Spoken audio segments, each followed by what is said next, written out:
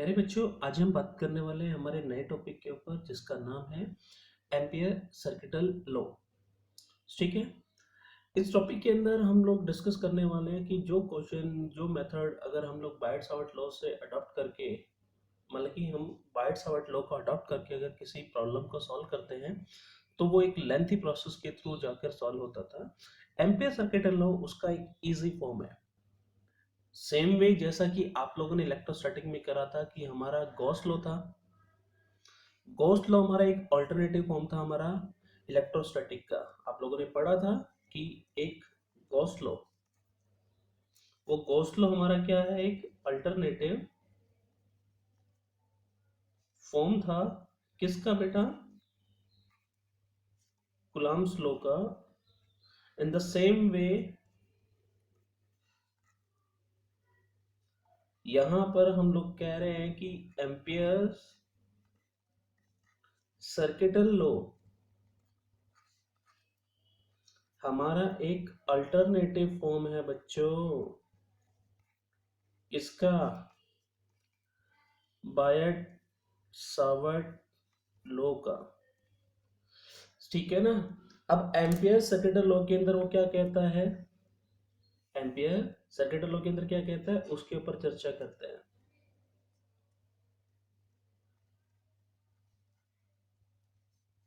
पहले इसके बारे में लिख लेते हैं, फिर इसको हम लोग समझेंगे। कह रहे हैं कि line integration of magnetic field, क्या कह रहे हैं, line integration of a magnetic field around any close path, the line integral of magnetic field around any closed path is equals to the mu naught times the current enclosed by the path। कहने की क्या कोशिश में है बच्चों, कह रहे हैं कि अज्यूम करके चलो कि हमारे पास एक वायर है, एक वायर के अंदर करंट फ्लो कर रहा है आई अमाउंट का। कितना करंट फ्लो कर रहा है, आई अमाउंट का यहाँ पर करंट फ्लो कर रखा है। और कहते हैं कि अगर यहाँ पर कोई आर्बिट्री हम लोग एक पाथ बना लेते हैं, क्या बना लेते हैं, एक पाथ आर्बिट्री। और ये पाथ कैसा है बच्चों, क्लोज पाथ है। ठीक है ना। अब देखो, कह रहा है कि अगर इसके छोटे छोटे एलिमेंट हम लोग कंसिडर करें, ठीक है ना, क्या करें, इनके छोटे छोटे एलिमेंट कंसिडर करें, ठीक है ना। और हर एक पॉइंट के ऊपर हम लोग क्या निकाले, मैग्नेटिक फील्ड निकाले। क्या निकाले बच्चों, मैग्नेटिक फील्ड निकालते हैं। वो हमेशा किसके को आएगा, म्यू नॉट टाइम्स आएगा करंट के। यानी कि यहाँ पर अगर हम लोग इंटीग्रेशन करते हैं, इसके अलावा मैग्नेटिक फील्ड, यहाँ पर मैग्नेटिक फील्ड, यहाँ पे मैग्नेटिक फील्ड, यहाँ पे मैग्नेटिक फील्ड, यहाँ पे, ऐसे करते करते हर एक पॉइंट के ऊपर अगर मैग्नेटिक फील्ड निकालते हैं और पूरा का पूरा पाथ हम लोगों ने क्लोज कर लिया, यानी कि क्लोज पाथ के लिए बता रहे हैं, वो हमेशा होगा mu naught times current and closed. यानी कि करंट हम लोगों ने कितना इसके अंदर, इस पाथ के अंदर एनक्लोज करके रखा है। ठीक है। इस बात की जस्टिफिकेशन कैसे करें, हम लोग एक एग्जांपल सेट करते हैं कि अभी आप लोगों को थोड़ा ही शायद समझ में आया हो। तो हम क्या करते हैं कि हम यहाँ पर एक वायर के अंदर करंट फ्लो कराते हैं हाई अमाउंट का, और यहाँ पर एक सर्कुलर पाथ कंसिडर करते हैं जिसका रेडियस हम मान के चलते हैं आर। ठीक है ना। यहाँ ये पाथ कैसा है, सर्कुलर पाथ है। ठीक है, ऑफ रेडियस आर। ये रेडियस आर का हमारे पास सर्कुलर पाथ है। अब हम लोगों ने इस पॉइंट के ऊपर क्या निकालना है, मैग्नेटिक फील्ड निकालना है। क्या निकालना है, मैग्नेटिक फील्ड निकालना है, ठीक है ना। अब हमारा ऊपर जो फॉर्मूला था जो एम्पियर ने दिया वो सिंपल सा दिया था, b dot d l is equal to mu naught into में current enclosed by the path. इस पाथ ने करंट कितना एनक्लोज करके रखा है, आई अमाउंट करके रखा है, ठीक है बच्चों। अब देखो बी, मान लेते हैं यहाँ पर इसकी लेंथ कितनी होगी, डी एल होगी, इसकी लेंथ डी एल, इसकी लेंथ डी एल, इसकी लेंथ डी एल, और पूरे के पूरे का इंटीग्रेशन कर देंगे तो टोटल लेंथ कितनी आ जाएगी, 2 पाई आर। टोटल लेंथ कितनी हो जाएगी बच्चों, 2 पाई आर। बात समझ में आई आप लोगों को। यानी कि यहाँ पर अगर हम लोग लिखते हैं बी, ठीक है ना। अब देखो डी एल, अब यहाँ पर दोनों के बीच में कैसा प्रोडक्ट है, डॉट प्रोडक्ट है। इस डॉट प्रोडक्ट को देखें तो यहाँ पर अगर डॉट प्रोडक्ट को हटाते हैं तो यहाँ कॉस आएगा, कॉस थीटा आएगा। तो अब देखते हैं कि आप लोगों ने पढ़ा है कि अगर एक वायर के अंदर करंट फ्लो करता है तो उसके चारों मैग्नेटिक फील्ड ऐसे बनता है, और डी एल एलिमेंट और हमारा मैग्नेटिक फील्ड दोनों के बीच में एंगल क्या हो गया, जीरो। यानी कि यहाँ पर मैग्नेटिक फील्ड और हमारा जो डी एल एलिमेंट होगा उसके बीच में जो थीटा होगा वो कितना होगा बच्चों, जीरो होगा।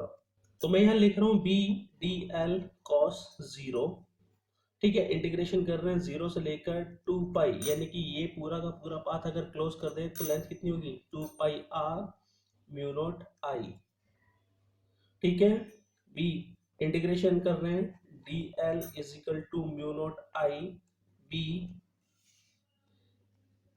इंटीग्रेशन कर रहे हैं जीरो से लेकर 2 पाई आर तक, तो ये हो गया 2 pi r is equal to mu naught I, और b is equal to mu naught I upon में 2 पाई आर। आप लोग अपने प्रीवियस लेक्चर को रिकॉल करोगे तो एक स्ट्रेट करंट कैरिंग वायर की वजह से जो मैग्नेटिक फील्ड निकाल रहे थे तो उसके लिए एक बहुत लंबा प्रोसीजर यहाँ पर हमने रखा था, लेकिन यहाँ ये हार्डली 3 से 4 स्टेप के अंदर हो गया कि हमारे पास जो मैग्नेटिक फील्ड निकला at distance r from the wire, जो पॉइंट पी के ऊपर निकाल रहे थे, वो म्यू नॉट आई अपॉन में 2 पाई आर निकला।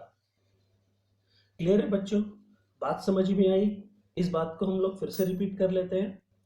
देखो एम्पियर सर्किट लॉ क्या कहता है, कहता है कि सर अगर हमारे पास कोई वायर है, कोई वायर में करंट फ्लो आई कर रहा है, अगर हमने उसके चारों ओर कोई आर्बिट्री क्लोज पाथ बनाया, ठीक है, जिसका रेडियस आर था, और उस पे कोई पॉइंट पी हम लोगों ने कंसिडर करा, तो उसके ऊपर हम लोगों ने मैग्नेटिक फील्ड निकालना, ठीक है।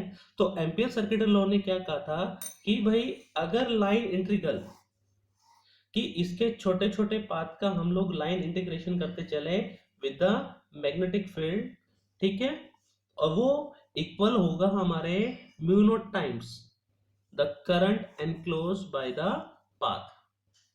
बात समझ में आई कि यहाँ पर छोटे छोटे एलिमेंट का हम लोग मैग्नेटिक फील्ड के साथ इंटीग्रेशन करते चल रहे हैं, तो हम देखेंगे कि जो टोटल मैग्नेटिक फील्ड होगा, जो टोटल इंटीग्रेशन होगा, वो म्यू नॉट आई के इक्वल आएगा।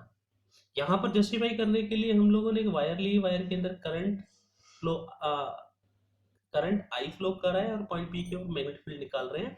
तो देखो यहाँ पर b d l cos zero लिखने की जरूरत क्यों पड़ी, कि यहाँ पर हम लोग देख रहे हैं कि अगर यहाँ पर फील्ड की डायरेक्शन इधर है और एलिमेंट भी यहाँ इधर ही होगा, यानी कि दोनों के दोनों पैरेलल होंगे।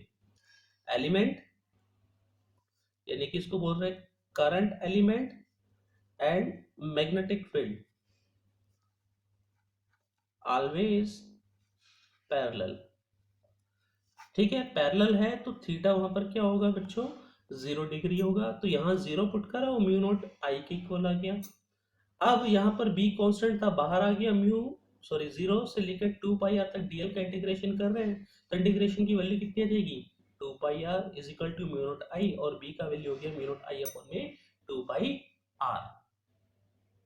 फंडा क्लियर है, बात समझ में आई। अब कहता है कि सर ये एक ही वायर थी, अभी तक अगर एक से ज्यादा वायर हो तो ये एम्पियर सर्किट लॉ हमारे लिए बड़ा आसानी से मैग्नेटिक फील्ड निकाल सकता है बच्चों। कैसे निकालेगा?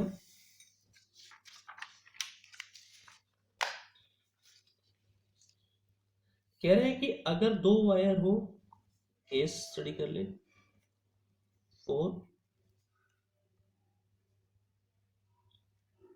2 वायर्स, दो वायर्स के लिए अगर हम लोग लेते हैं तो अज्यूम करके चलो कि यहाँ पर एक वायर है जिसके अंदर करंट I1 फ्लो कर रहा है और एक वायर हमारे पास जिसके अंदर करंट I2 फ्लो कर रहा है, और यहाँ पर हम लोगों ने कोई भी आर्बिट्रेरी पाथ ले लिया, अगर एग्जैक्ट भी निकालना नहीं चाहते हम लोग, ठीक है ना। तो यहाँ पर अब होगा क्या कि जो मैग्नेटिक फील्ड होगा और लाइन इंटीग्रेशन कर दें उसका, ठीक है ना, क्लोज कर रहे हैं, वो हमेशा इक्वल होगा mu naught times the total current enclose. Total current कितने एनक्लोज करा? अब I1 और I2, तो मैं यहाँ पहले एनक्लोज लिख रहा हूं और वो B dot d l is equal to mu naught I1 plus में I2 के इक्वल होगा। क्लियर है बच्चों? बोल दे कि सर अगर करंट दोनों में अपोजिट डायरेक्शन में फ्लो कर रहा हो, if the current flows in opposite direction, opposite direction के अंदर करंट फ्लो कर रहा हो, तो मान लेते हैं कि एक के अंदर करंट I1 है और दूसरे के अंदर करंट I2 है, ठीक है बच्चों, और ये हम लोगों ने ये पाथ एनक्लोज कर दिया, ठीक है। तो यहाँ पर अब हम लोग निकालते हैं B dot d l is equal to mu naught I enclosed, और वो कितना होगा? B dot d l. देखो अब करंट अपोजिट डायरेक्शन में है, एक ऊपर की तरफ है एक नीचे की तरफ है, तो एक का साइन हम पॉजिटिव ले लेंगे, एक का साइन हम लोग नेगेटिव ले लेंगे, mu naught I1 minus I2। Clear है? दो से ज्यादा अगर 3 वायर हो 4 वायर हो तब भी हमारे लिए मेथडोलॉजी सेम रहेगी। अगर वो बोल दे कि सर ये I1 करंट था ऊपर की तरफ, ये I2 करंट था, ये I3 करंट था, ये I4 करंट था, इस पूरे के पूरे पाथ को हम लोगों ने क्या कर दिया? एनक्लोज कर दिया। इसकी वजह से मैग्नेटिक फील्ड निकाल रहे हैं, तो B डॉट डी एल वो हो जाएगा म्यू नॉट, जो ऊपर की तरफ जा रहे हैं उनको पॉजिटिव लेना, जो नीचे की तरफ जा रहे हैं उनको नेगेटिव ले लो, I1 प्लस में I2 माइनस का I3 प्लस का I4। क्लियर है बच्चों? कोई कहते सर वायर हमेशा बिल्कुल सीधी लेनी है क्या, टेढ़ी नहीं ले सकते? किसी के दिमाग में आ जाए कि सर ये वायर ऐसे ले ली और ये वायर हमने ऐसे ले ली, ये I1 है, ये करंट I2 है, अब क्या होगा सर? तो वायर की पोजीशन कैसे भी रखो, यहां पर जो मैग्नेटिक फील्ड होगा B डॉट डी एल वो हमेशा mu naught times current enclose के इक्वल ही होगा। क्लियर है बच्चों? यानी कि ये B dot d L mu naught I1 plus में I2 यहाँ पर हमें मिल जाएगा, ठीक है। फंडा क्लियर हुआ? हमें समझ में आया कि भाई अगर हम लोगों ने मैग्नेटिक फील्ड निकालना है तो मैग्नेटिक फील्ड निकालने का एक आसान और सिंपल मेथड हमारा एम्पियर सर्किटल लॉ है, ठीक है। जस्टिफाई करते हैं कुछ क्वेश्चंस के बिहाफ पे एम्पियर सर्किटल लॉ को, ठीक है। तब तक एक बार वीडियो पॉज करके सारी चीजें नोट डाउन कर लीजिए।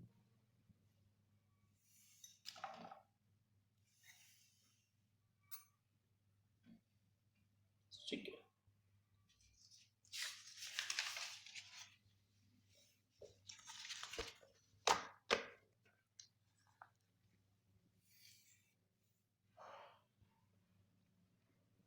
प्यारे बच्चों अब हम निकालना चाहते हैं मैग्नेटिक फील्ड एक सॉलिड कंडक्टर के अंदर, एक सॉलिड करंट कैरिंग कंडक्टर के अंदर, इनसाइड इसके सरफेस के ऊपर और आउटसाइड पर, ठीक है ना। तो यहां लिख रहे हैं मैग्नेटिक फील्ड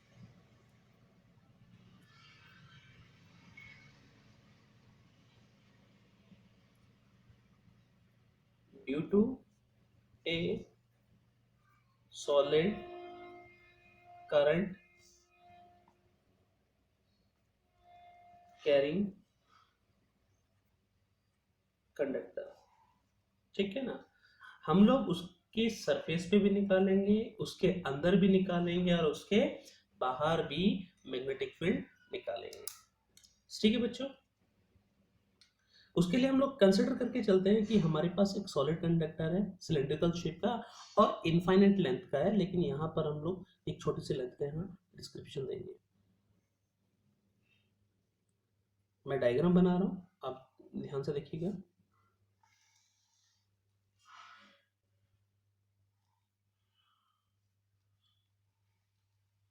थोड़ा बड़ा डायग्राम हम लोगों ने बनाया है और इसके नीचे की जगह आप छोड़ दीजिएगा, क्योंकि हम लोगों ने यहाँ ग्राफ भी बनाना है। मैं ऑलरेडी यहाँ ग्राफ के लिए जगह छोड़ रहा हूँ, ठीक है। देखो ये ग्राफ के लिए मैंने यहाँ जगह छोड़ी है, आप भी छोड़ दीजिएगा, ठीक है। मैं ये एक्सिस मान के चल रहा हूँ कि ये बिल्कुल सेंटर से पास हो रही है,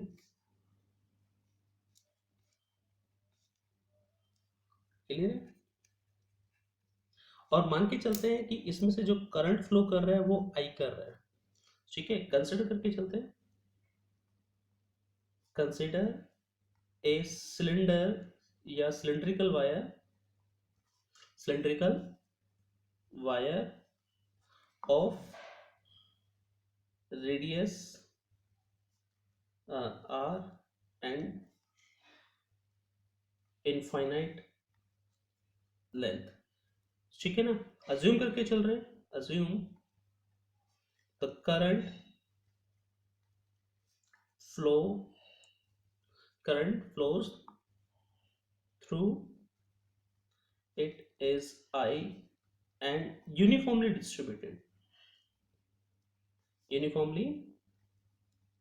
डिस्ट्रीब्यूटेड। या यूनिफॉर्मली डिस्ट्रीब्यूटेड क्यों बोला कि करंट यहाँ अज्यूम करके चल रहा है कि डीसी करंट है। अगर एसी करंट होता ना तो बच्चों उसकी सरफेस के ऊपर फ्लो करता है, कभी भी अंदर की तरफ फ्लो नहीं करता। जो एसी करंट होता है, जो हमारे घरों में जो करंट आता है, वो हमेशा सरफेस के ऊपर फ्लो करता है, कभी भी अंदर की तरफ फ्लो नहीं करता। लेकिन जो डीसी करंट होता है वो अंदर भी फ्लो करता है और बाहर भी फ्लो करता है, क्लियर है। तो यहाँ पर इसलिए हम लोगों ने बोला कि यूनिफॉर्मली डिस्ट्रीब्यूटेड है, हर जगह से इक्वल चार्ज फ्लो कर रहा है, ठीक है ना। अब हम लोग क्या कर रहे हैं कि यहाँ पर एक पॉइंट हम लोग अंदर की तरफ कंसिडर करके चलते हैं। ये पॉइंट मान लेते हैं हम लोग P। इस पॉइंट P के ऊपर हम लोगों ने क्या चाहिए, मैग्नेटिक फील्ड का स्ट्रेंथ चाहिए। लेकिन उससे पहले हमें ध्यान में रहे कि इसका जो रेडियस हम लोग मान के चल रहे हैं वो कितना है, R। इस सिलेंडर का या सिलेंड्रिकल वायर का जो रेडियस है वो कितना है, R। इस पॉइंट P के ऊपर अगर हम लोगों ने मैग्नेटिक फील्ड निकालना है, वो पॉइंट P हमारा वायर के अंदर लाई करता है, और मानते हैं कि ये पॉइंट P हमारी एक्सिस से स्मॉल r डिस्टेंस के ऊपर है। कहां पर है, स्मॉल r डिस्टेंस के ऊपर, ठीक है। अगर अब हम लोग यहाँ पर एक गॉसियन सरफेस कंसिडर करके चलते हैं, क्या कंसिडर करके चलते हैं, गॉसियन सरफेस हम लोग कंसिडर करके चलते हैं, ठीक है। और उसका रेडियस हम लोगों ने बना लिया r, ठीक है ना। तो मैं यहाँ हाईलाइट कर रहा हूँ कि ये हमारे लिए एक गॉसियन सरफेस है। अब देखो, अब हमारे लिए जो इफेक्टिव वायर है वो ये वाली है जो रेड पोर्शन के अंदर है, ठीक है। अब हम लोग क्या करते हैं, देखो अगर एरिया पाई आर स्क्वायर था तो करंट फ्लो कर रहा था आई। अगर एरिया यूनिट है तो करंट फ्लो करेगा आई अपॉन में पाई आर स्क्वायर। अगर एरिया, ये देखो ये हो गया पाई आर स्क्वायर, स्मॉल आर का होल स्क्वायर है, तो करंट जो फ्लो करेगा से आई डैश है, से आई डैश है, और वो आई डैश कितना होगा, आई अपॉन में पाई आर स्क्वायर इंटू में पाई आर स्केयर, आर पाई से पाई कट गया, आई डैश का वैल्यू यहाँ पर हम लोगों को मिल गया बच्चों आई इंटू में आर स्केयर अपॉन में कैपिटल आर स्केयर। ठीक है ना, फंडा क्लियर हुआ। यानी कि अब यहां पर हम लोग पॉइंट पी के ऊपर मैग्नेटिक फील्ड निकालना चाहते हैं। Magnetic field at point P क्या होगा,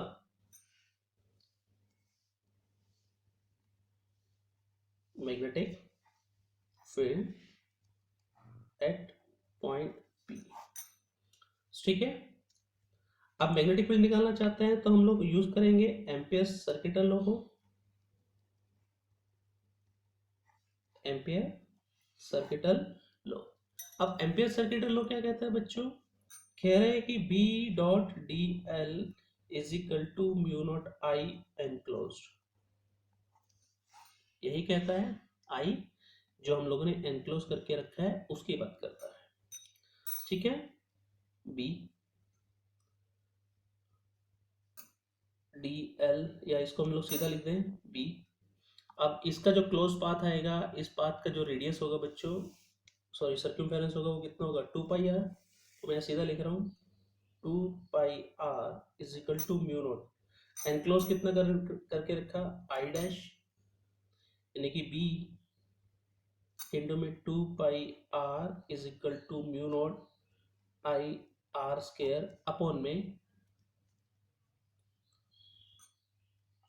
कैपिटल आर का होल स्केयर।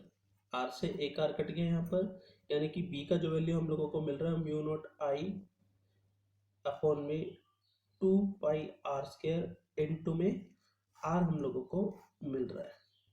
यानी कि यहाँ पर हम लोग देखें ये सारी की सारी चीजें कांस्टेंट है, तो हम देख रहे हैं कि जो हमारा मैग्नेटिक फील्ड है वो डायरेक्टली प्रोपोर्शनल हो गया आर के। यानी कि अंदर की तरफ जो करंट है, जो मैग्नेटिक फील्ड है वो डायरेक्टली प्रोपोर्शनल है रेडियस के। यानी कि जैसे जैसे आर बढ़ेगा वैसे वैसे बी बढ़ेगा, जैसे जैसे आर कम होगा वैसे वैसे बी भी कम होगा। यानी कि यहाँ पर अगर हम लोग छोटा सा ग्राफ बनाकर देखते हैं बी और आर के बीच में, तो एक ग्राफ कैसा बनेगा बच्चों, स्ट्रेट लाइन बनेगा, यानी कि बी डायरेक्टली प्रोपोर्शनल है यहाँ पर आर के। फंडा क्लियर हुआ, बात समझ में आई। कह रहा है कि ये पॉइंट अगर हम सरफेस के ऊपर ले जाए, यानी कि फिगर में हम लोग जाते हैं कि इस पॉइंट को हम लोग जैसे जैसे शिफ्ट करेंगे वैसे वैसे आर बढ़ेगा, और बढ़ाते बढ़ाते हम इसकी सरफेस के ऊपर ले गए और यहाँ पर ये पॉइंट कहलाया क्यू। ठीक है ना, तो मैं लिख रहा हूं if the point P move to the surface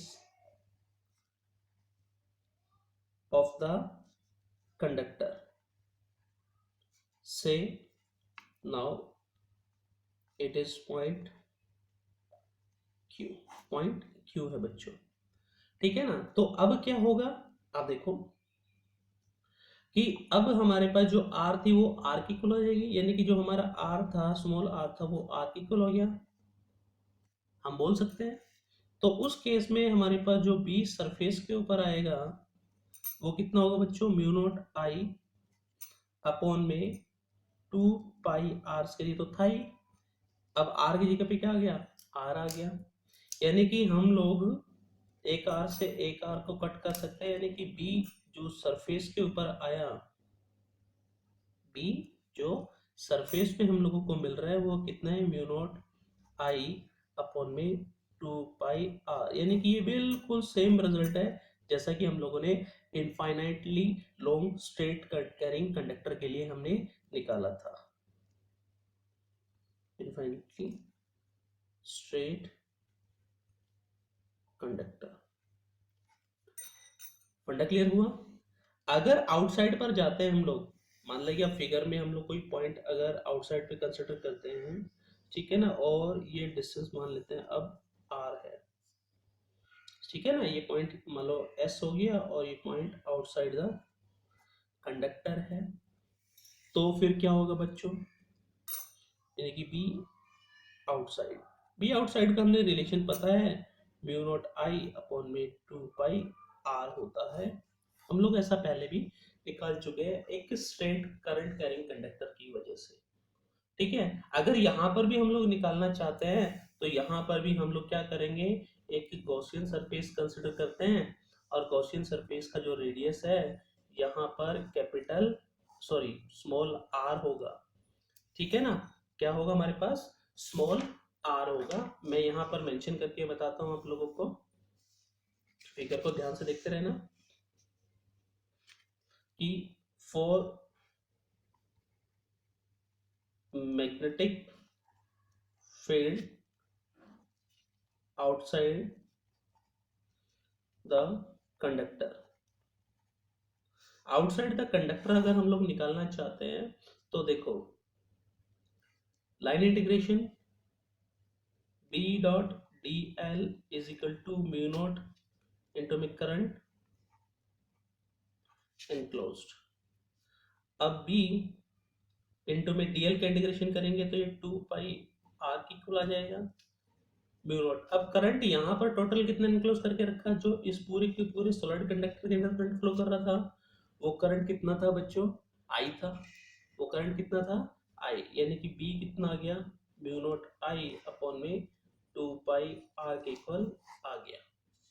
ठीक है ना, यानी कि यहाँ हमें पता चल रहा है कि ये इनवर्सली प्रोपोर्शनल है डिस्टेंस के, इनवर्सली प्रोपोर्शनल है डिस्टेंस के।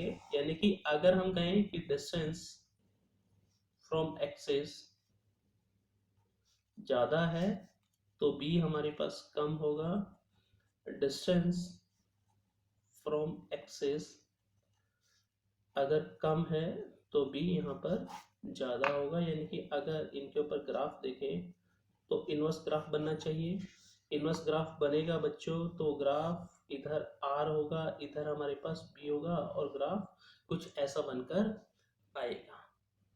ठीक है ना, बात समझ में आई आप लोगों को, ये पॉइंट्स नोट डाउन कर लेना। वापस से मैं उसी फिगर के ऊपर आ रहा हूँ।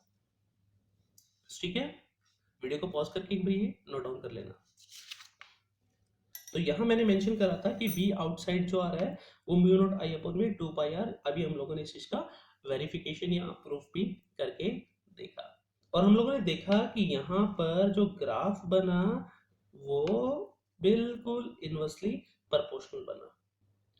यानी कि जैसे जैसे हम लोग आउटसाइड की बात करते हैं तो फील्ड का स्ट्रेंथ कम होता हुआ चला जाता है, लेकिन जैसे जैसे इनसाइड की बात करते हैं हमारा जो फील्ड का स्ट्रेंथ है वो बढ़ता हुआ चला जाता है। यानी कि इस ग्राफ को अगर हम लोग ड्रॉ करते हैं, मैं यहाँ लिखता हूँ r is equal to r, यहाँ r इज इक्वल टू 0 और r ग्रेटर देन r। ठीक है ना, तो यहाँ पर हम लोग देख रहे हैं कि जैसे जैसे हम लोग r बढ़ाते हैं सेंटर से, जैसे जैसे हम लोग सरफेस की तरफ जाते हैं तो हमारा मैग्नेटिक फील्ड बढ़ता है, और इस पॉइंट के ऊपर ये मैक्सिमम हो जाता है। और मैक्सिमम जहां होता है वो हमारे पास पॉइंट जो आता है वो सरफेस के ऊपर आता है, यानी कि इट लाइज ऑन सरफेस। लेकिन जैसे जैसे हम लोग बाहर की तरफ गए हम कहते हैं कि यहाँ मैग्नेटिक फील्ड का जो स्ट्रेंथ है वो कम होता हुआ चला जाता है, मैग्नेटिक फील्ड की स्ट्रेंथ कम हो जाती है। फंडा क्लियर हुआ, बात समझ में आई आप लोगों के। ठीक है, तो हमने ग्राफ बनाना सीखा। ये ग्राफ हमारा आईआईटी के अंदर भी आया हुआ है, इंजीनियरिंग के एग्जाम के अंदर भी, और मेडिकल के अंदर। इसी तरह अगर हमारे पास सॉलिड कंडक्टर ना होकर कोई होलो कंडक्टर होता और उसका इनर और आउटर रेडियस हम लोगों को दे रखा है तो मैग्नेटिक फील्ड की स्ट्रेंथ कैसे वेरी करेगी ये हम लोगों ने बताया। ठीक है, तो उससे पहले एक बार आप वीडियो को पॉज करके ये सारी चीजें नोट डाउन कर लीजिएगा।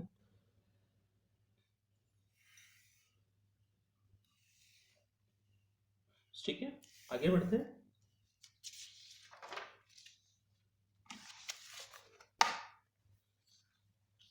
तो मैं यहाँ टॉपिक जो है, अब क्वेश्चन ही है बच्चों, टॉपिक तो क्या,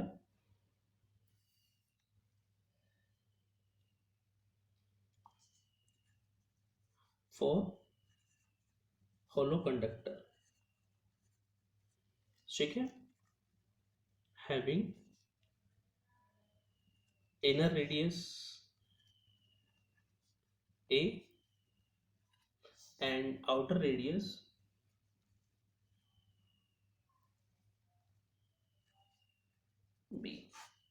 ठीक है, इनर रेडियस हम लोगों को ए दे रखा है और आउटर रेडियस हम लोगों को क्या दे रखा है, बी दे रखा है। डायग्राम हम लोग फिर बनाते हैं बच्चों।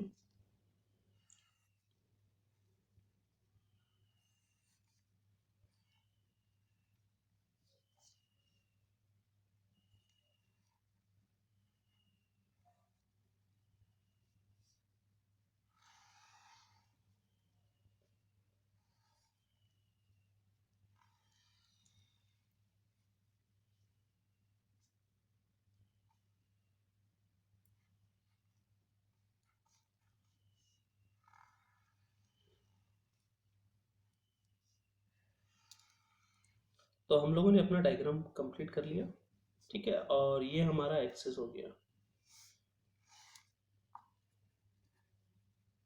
और मान के चल रहे हैं कि इसका भी रेडियस जो बाहर वाला है, जो आउटर रेडियस है वो हम लोगों ने बी माना था, और जो इनर रेडियस था वो हम लोगों ने ए कंसिडर करा था। आउटर रेडियस हमारे लिए बी था और इनर रेडियस हमारे लिए ए था। अब जो करंट फ्लो कर रहा है, देखो ये सॉलिड सेक्शन है, ये वाला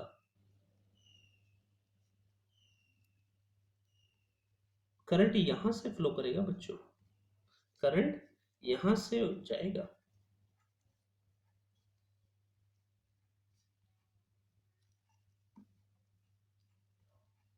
ठीक है ना, बात समझ में आई? यानी कि बीच वाला सेक्शन खाली था, तो यहां से कोई भी करंट फ्लो नहीं करेगा। हमें पता है कि एयर में से करंट फ्लो नहीं करेगा, ठीक है ना। फंडा समझ में आया आप लोगों को कि हम लोग क्या कहने वाले हैं या क्या करने वाले हैं, ठीक है। तो हम लोगों ने कंसिडर करा है कि हमारे पास एक सिलेंडर था जिसका इनर रेडियस ए और आउटर रेडियस हमारे पास बी था, ठीक है ना। तो हम लोग यहाँ पर फिर से एक गॉसियन सरफेस कंसिडर करते हैं, और गॉसियन सरफेस हम लोग यहाँ कंसिडर करते हैं। ये एक्सिस में डॉटेड दिखा देता हूँ। गॉसियन सरफेस हम लोगों ने यहाँ कंसिडर करी, मैं सॉलिड लाइन से दिखा रहा हूँ, ठीक है बच्चों।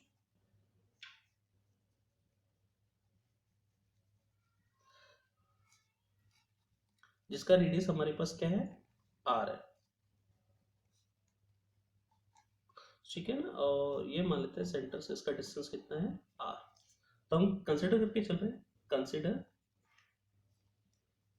ए Gaussian surface of radius r. और रेडियस आर के बारे में क्या कह रहे हैं कि ये ए से तो बड़ा है लेकिन बी से छोटा है। क्लियर है बच्चों, बात समझ में आई? ठीक है। अब देखो इफेक्टिव जो करंट फ्लो कर रहा है, मान लेते हैं वो कितना फ्लो कर रहा है, आई करंट फ्लो कर रहा है। नाउ अज्यूम करके चलते हैं the current flow through the hollow conductor,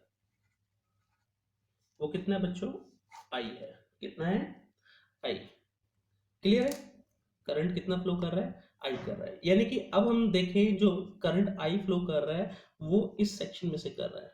यानी कि मैं यहाँ लिखूं कि जो करंट है वो फ्लो कर रहा है area pi b square minus pi a square, यानी कि इस जो शेडेड पोर्शन है इसमें से फ्लो कर रहा है।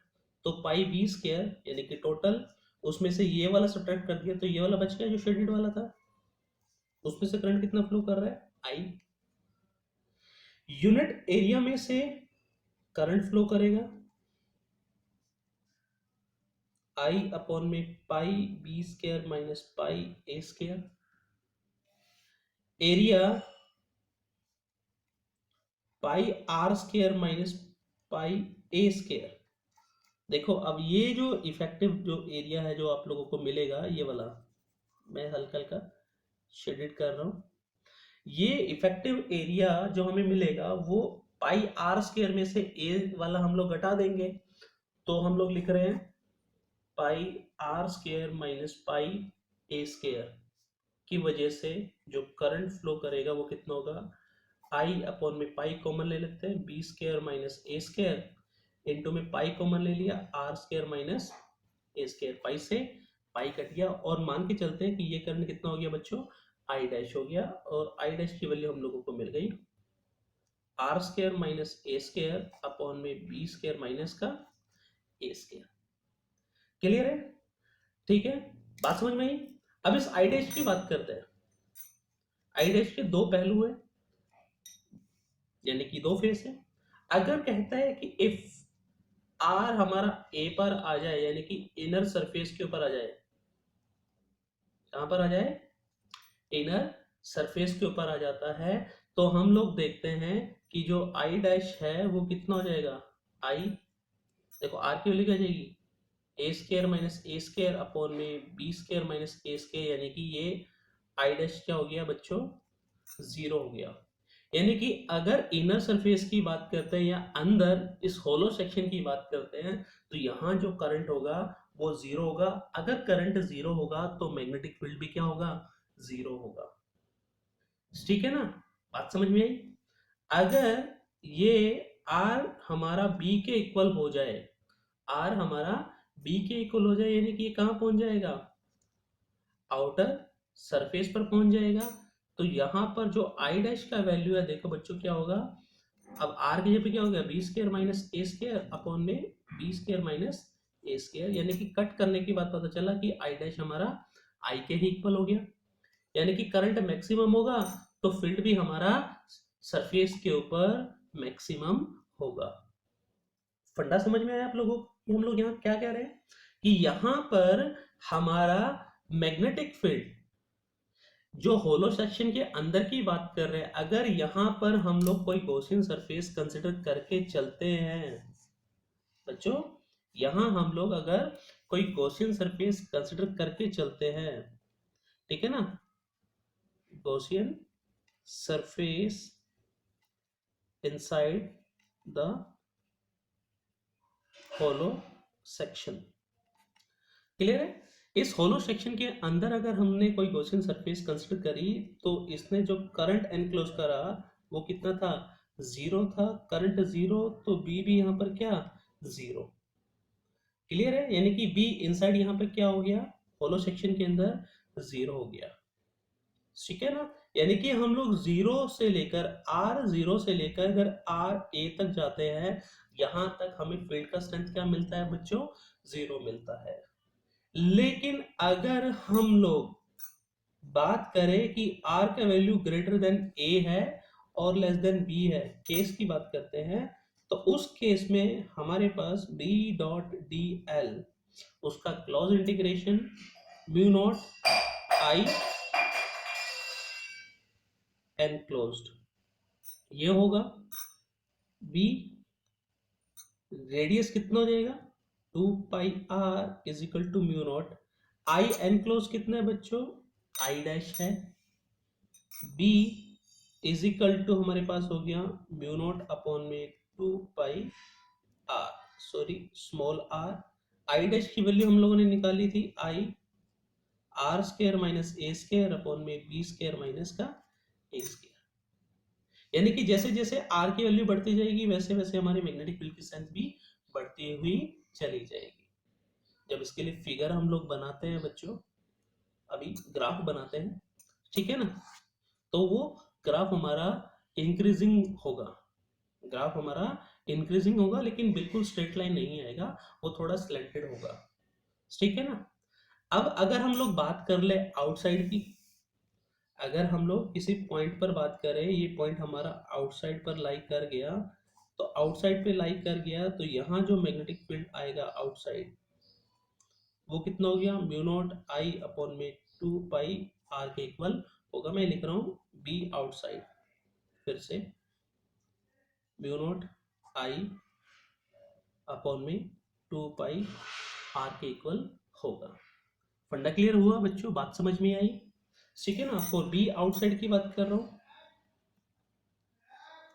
वो होगा म्यू नॉट आई अपॉन में 2 पाई आर। इसका डेरिवेशन अभी हम लोगों ने करा था, तो मैं यहाँ रिजल्ट सीधा मेंशन कर रहा हूँ।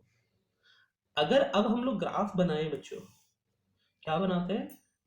ग्राफ बनाते हैं। ये हमारा आर हो गया, और यहाँ पर हम लोग देखते हैं कि ये हमारा r is equal to a है, ये r is equal to b है, और यहाँ पर ये कोई भी आर ग्रेटर देन बी हो गया, और ये आर इज इक्वल टू 0 हो गया। तो यहां तक तो मैग्नेटिक फील्ड है ही नहीं, क्योंकि अंदर की तरफ करंट एनक्लोज जीरो है, तो मैग्नेटिक फील्ड भी जीरो।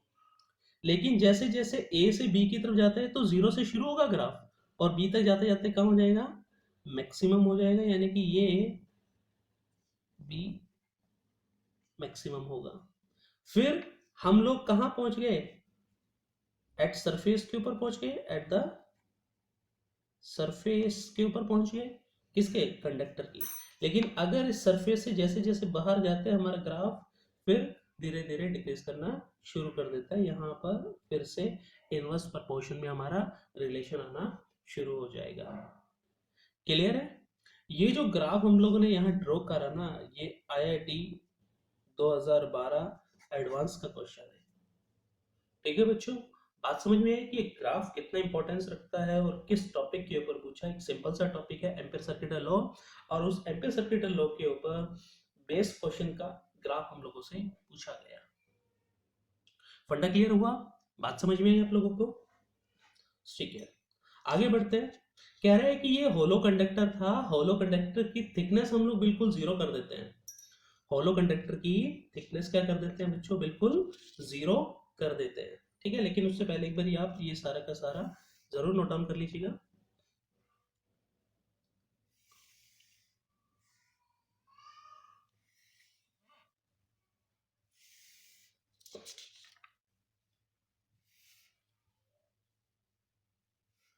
ठीक है ना, कंसिडर करके चलते हैं कि इफ द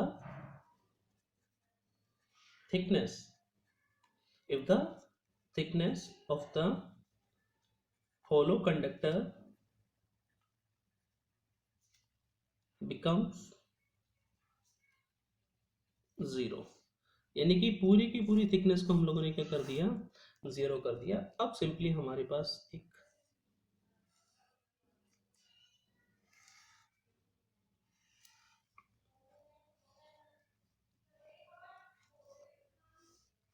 ठीक है, ये हमारे पास क्या है, होलो कंडक्टर है बच्चों। क्या है हमारे पास, ये होलो कंडक्टर है। ठीक है ना, जिसकी थिकनेस थिकनेस कैसी है, नेग्लिजिबल है। कैसी है बच्चों, थिकनेस बिल्कुल नेग्लिजिबल है। ठीक है, ठीक है। अब हम बात करते हैं magnetic field be inside. Inside the magnetic field हम लोग निकालते हैं। मैग्नेटिक फील्ड निकालने के लिए हम यहाँ पर एक गॉसियन सरफेस कंसीडर करते हैं। हम लोग यहाँ पर क्या कंसीडर करते हैं, गॉसियन सरफेस कंसीडर करते हैं। गॉसियन सरफेस, ठीक है ना, जिसका रेडियस हमारे पास कितना है, r है। क्लियर है? तो हम यहाँ पर कह रहे हैं कि बी इनसाइड निकालने के लिए कंसीडर कर रहे हैं a Gaussian surface, consider a Gaussian surface of radius r। ठीक है ना, तो यहां पर देखते हैं कि जो करंट एनक्लोज करा बाय द गॉसियन सरफेस कितना है बच्चों, वो है जीरो। अगर करंट जीरो तो एम्पियर सर्किट लॉ से आता है b dot d l is equal to mu naught i enclosed. तो हम देख रहे हैं कि अगर ये जीरो है तो बी डॉट डी एल भी क्या होगा, जीरो होगा, यानी कि बी इनसाइड की बात करें तो वो क्या होगा बच्चों, जीरो होगा। क्लियर है? अगर बी सरफेस की बात करें, बी सरफेस की बात करते हैं तो हमें पता है कि ये पॉइंट अब हमारा शिफ्ट होते होते रेडियस आर, जो रेडियस आर हम लोगों को मिल रही है वो इस होलो सिलेंडर का रेडियस है। तो यहाँ पर अगर हम देखते हैं बी सरफेस वो हो जाएगा म्यू नॉट आई, करंट कितना इनक्लोज करेगा, आई करेगा। ठीक है ना, 2 पाई आर, 2 पाई आर मान के चल रहे बेटा, इसमें करंट फ्लो जो कर रहा है वो आई कर रहा था। अगर बी आउटसाइड की बात करते हैं, किसकी बात करते हैं, आउटसाइड की बात करते हैं, तो बी आउटसाइड हमारे पास जो आएगा वो होगा म्यू नॉट आई अपॉन में 2 पाई आर। ये जो आर हम लोगों को मिल रहा है ये रेडियस है,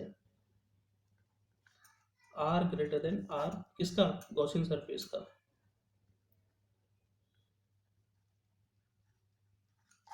ठीक है ना, किसका था हमारे पास, गॉसियन सरफेस का ये हमारे पास रेडियस था और आर हमारा ग्रेटर था कैपिटल आर। ठीक है, अब यहाँ पर अगर हम लोगों को ग्राफ बनाना पड़े बच्चों तो ग्राफ कैसे बनेगा इसका, इधर हमारे पास आर है, इधर हमारे पास बी है। ठीक है ना, तो अगर हम देखें ये r is equal to r हो गया, इससे यहां तक तो फील्ड क्या था, जीरो, लेकिन जैसे यहां पर पहुंचे ये मैक्सिमम हो गया और धीरे धीरे ये डिक्रीज होना शुरू हो गया और ये इनवर्सली प्रोपोर्शनल हम लोगों को मिल जाता है। ये इनवर्स प्रोपोर्शनल हमें रिलेशन मिलता है। क्लियर है बच्चों, बात समझ में आई आप लोगों को, उम्मीद है आप लोग क्वेश्चन कर पाओगे। ठीक है, एक दो क्वेश्चन हम लोग और देखते हैं।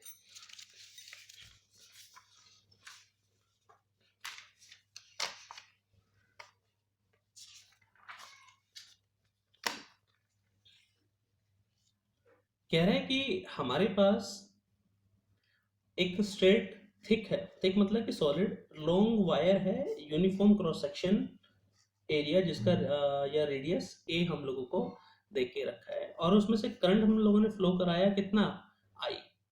ठीक है, हम लोगों को मैग्नेटिक फील्ड का रेशियो चाहिए मैग्नेटिक फील्ड का at a point a by two above the surface और point a by two below the surface. फंडा क्लियर हुआ कि हम एक वायर कंसिडर करके चलते हैं बच्चों। ठीक है, और ये उसका हमारे पास एक्सिस हो गया, ये पॉइंट हम लोगों ने कंसिडर करा P और ये पॉइंट हमारा लाई करता है a बाई टू के ऊपर और एक पॉइंट हम मान लेते हैं Q और ये पॉइंट सरफेस से लाई करता है a बाई टू डिस्टेंस के ऊपर, यानी कि इसका रेडियस हम लोगों को देके रखा था a, यानी कि जो ओवरऑल डिस्टेंस होगी कितनी होगी 3a बाई टू बच्चों, कितना हो गया 3a बाई टू, ये पॉइंट हम मान लेते हैं Q। ठीक है, अगर पॉइंट P के ऊपर अगर मैग्नेटिक फील्ड निकालना है, मैग्नेटिक फील्ड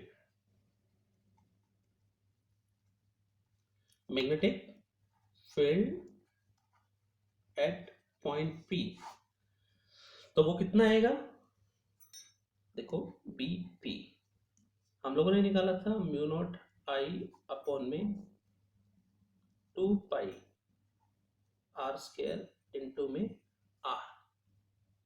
ये हमारे पास फॉर्मूला था जो इनसाइड के लिए हमने निकाला था, जनरल रिलेशन था।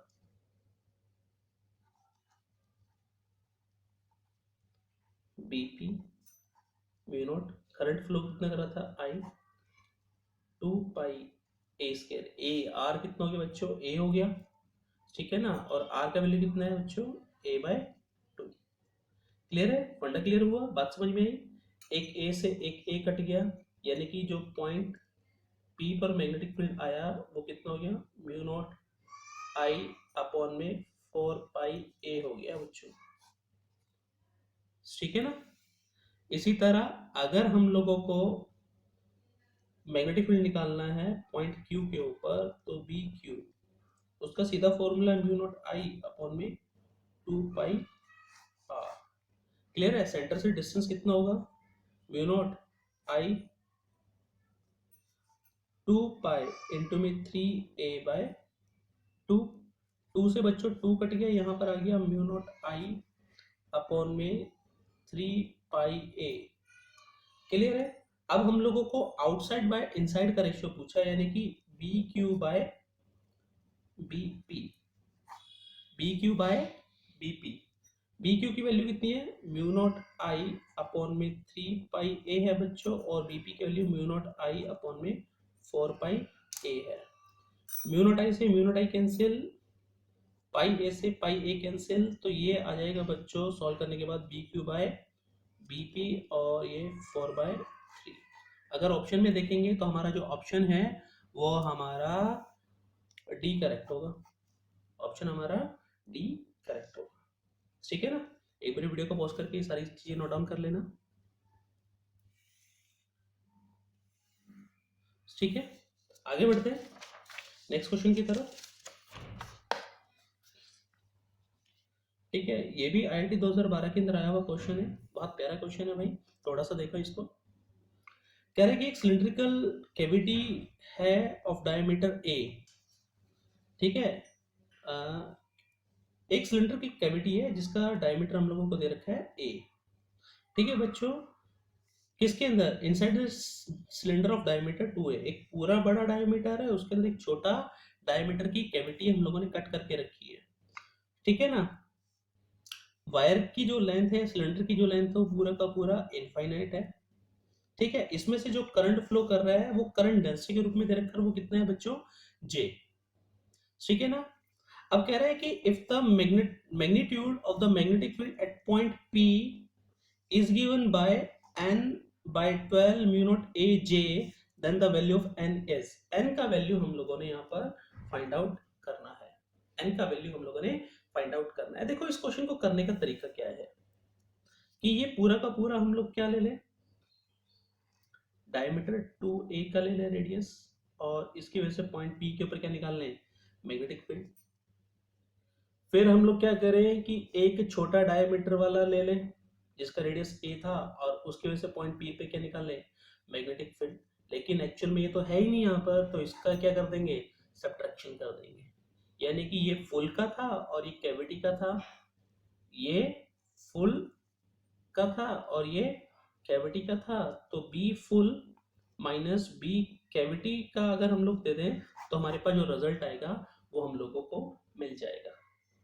ठीक है, अब बी पी इस फुल वायर की वजह से, फुल सिलेंडर की वजह से, यानी कि 2a रेडियस की वजह से जो आएगा, मैं लिख रहा हूं b ड्यू टू 2a, कितना होगा, म्यू नॉट आई अपॉन में 2 पाई r होता है, यानी कि ये कितना हो गया बच्चों, 2a हो गया, यानी कि b is equal to 2a mu naught I upon में 4 पाई a हम लोगों को मिल गया। लेकिन यहां पर I नहीं दे रखा, यहां पर करंट डेंसिटी दे रखी है। करंट डेंसिटी होती है करंट अपॉन में एरिया, यानी कि I की वैल्यू यहां पर आ जाएगी J इंटू में एरिया। ठीक है, तो B 2A की वजह से जो होगा वो म्यू नॉट I इंटू में J, एरिया कितना हो गया बच्चे इसका, रेडियस इसका कितना है 2a है, यानी कि रेडियस डायमीटर 2a है, रेडियस a हो गया, यानी कि पाई a स्क्वायर अपॉन में 4 पाई a, पाई से पाई कट गया, a से a कट गया, यहाँ पर आ गया mu not J a upon में 4। ठीक है, इसी तरह a रेडियस वाले की वजह से कितना होगा, देखो म्यू नॉट आई डैश मान लेते हैं।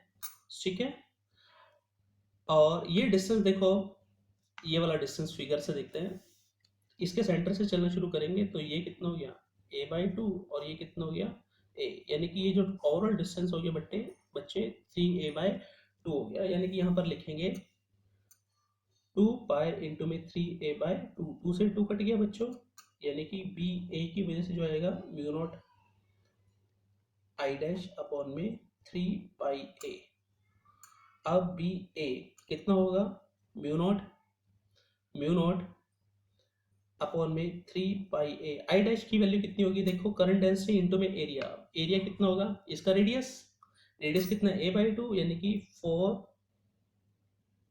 a/2 आएगा, तो a स्क्वायर बाय 4, यानी कि बी ए यहां पर सोल्व करेंगे तो म्यू नॉट अपॉन में 12, पाई से पाई कट गया, a से a कट गया, यानी कि जे ए आ गया बच्चों। क्लियर है, यानी कि अब हमने नेट मैग्नेटिक फील्ड चाहिए तो इसको b 2a माइनस बी ए कर सकते हैं। जब इसको सॉल्व करेंगे तो बेटे 5/12 म्यू नॉट ए जे आएगा। जब इस वाले इक्वेशन के साथ इसको कंपेयर करते हैं तो यहाँ पर पता चलता है कि n की वैल्यू कितनी है, 5 है। n का वैल्यू कितना होगा बच्चों, 5 होगा। क्लियर है, क्योंकि यहाँ ऊपर कितना आ रहा है, 5 आ रहा है, इसको कंपेयर करें n अपॉन में 12 म्यू नॉट ए जे, तो n का वैल्यू यहाँ पर कंपेयर करने पर 5 हम लोगों को मिल रहा है। ये बात हम लोगों ने ध्यान में रखनी है। ठीक है बच्चों, बात समझ में आई।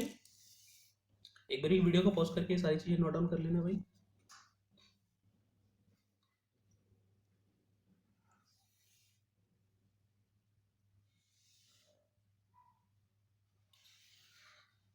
ठीक है, थैंक यू बच्चों।